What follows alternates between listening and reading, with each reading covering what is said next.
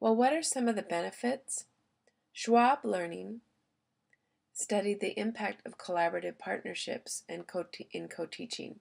At 16 California schools, staff members and parents made a commitment that number one, every child would learn and be successful, and number two, every teacher would be responsible for every learner. Teachers, administrators, and support staff creatively arranged for every student to receive blended services from a Title I teacher, reading specialist, special educators, and paraprofessionals.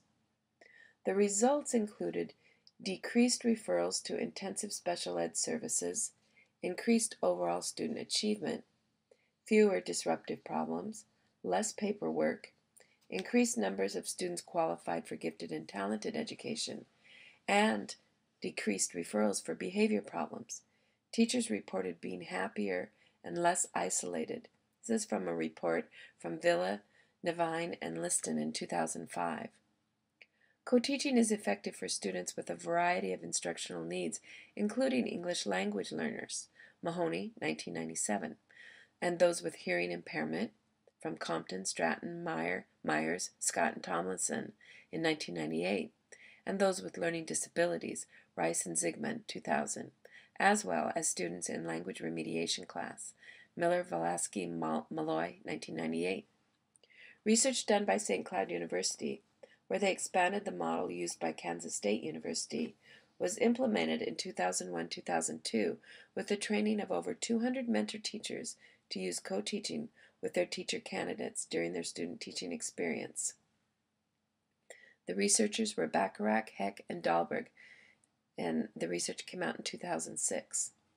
In many traditional student teaching models, the cooperating teacher and teacher candidate have little opportunity to build a relationship before beginning their work together. Teacher candidates usually observe, often in the back of the room, for a period of time, eventually taking over a variety of tasks or portions of lessons.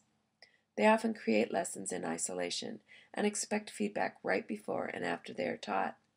At some point in the student teaching experience, the mentor teachers leave the classroom and the teacher candidate is left to take full charge. In contrast to the traditional model, mentor teachers and teacher candidates are brought together to get to know each other and to begin a professional teaching relationship.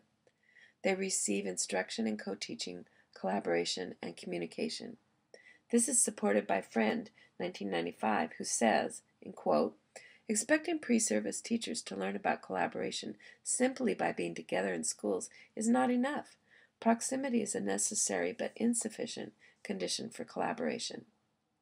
With co-teaching, the teacher candidate typically becomes involved in the classroom immediately. Lessons are planned and taught by both teachers, resulting in the teaching candidate being seen by students as a real teacher from the beginning of the experience. The co-planning process is designed for the teacher candidate to hear and discuss the thoughts and strategies that are used in lesson planning by their mentor teacher. As the experience continues, a shift in roles happens slowly, with the teacher candidate taking more responsibility for the planning and teaching lessons.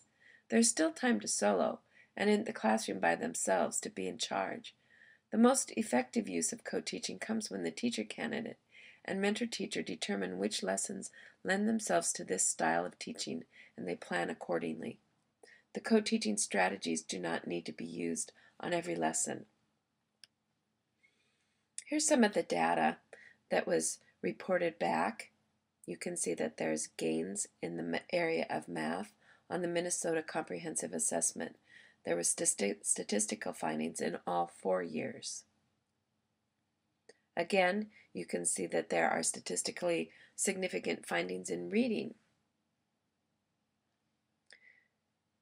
The cumulative data from 2004 to 2008 with an N of 1,686 students show that the positive aspects, almost 80% liked the fact they got more help with questions.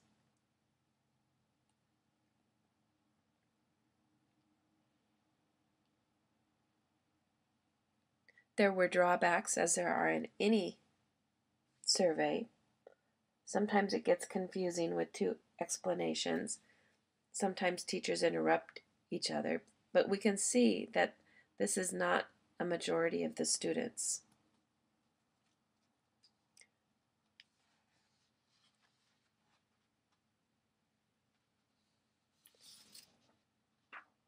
There was an end of experience survey given to 157, and the teachers candidates indicated that co-teaching led to improved classroom management skills, increased collaboration, more teaching time, increased confidence, deeper understanding of the curriculum, and more opportunities to ask questions and reflect.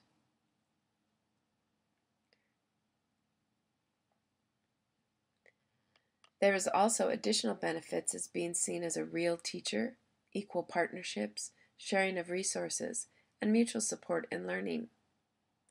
The benefits to education to the cooperating teachers include ability to reach more students, particularly those with high needs, better relationships with their teacher candidates, 90% experienced professional growth.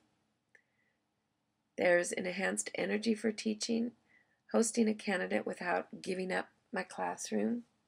Teacher candidates had a better experience than they would have through a traditional model.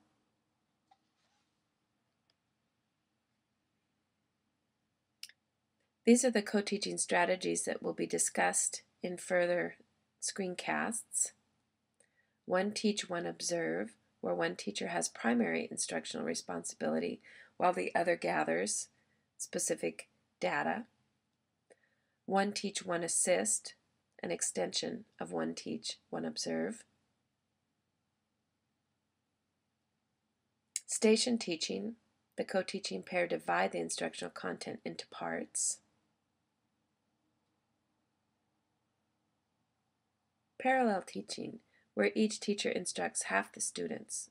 Then they're addressing the same instructional material using the same teaching strategies. Supplemental teaching allows one teacher to work with students at their expected grade level, while the other one works with those who need information or materials retaught, extended, or remediated.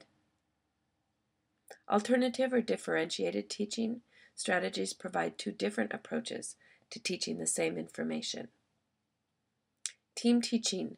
Well-planned, team-taught lessons exhibit an invisible flow of instruction with no prescribed division of authority. There's still a place for soloing, where teacher candidates teach and plans the entire lessons for a prescribed period of time.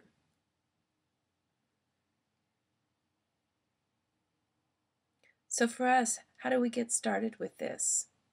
Well, you participate in the triad, where you have the cooperating teacher, the teacher candidate, and the cooperating supervisor from the university.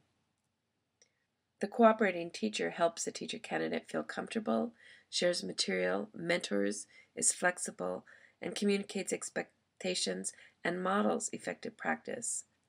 The supervisor provides program information to the teacher and the teacher candidates. They observe and provide feedback on a regular basis. They act as a confidant for both the teacher and teacher candidate, and they're an advocate for the teacher candidate. The teacher candidates come ready to learn. They're enthusiastic and show initiative, asking questions, helping with all classroom responsibilities, including record keeping and grading. Teacher candidates learn to accept criticism and put those suggestions for improvement into practice.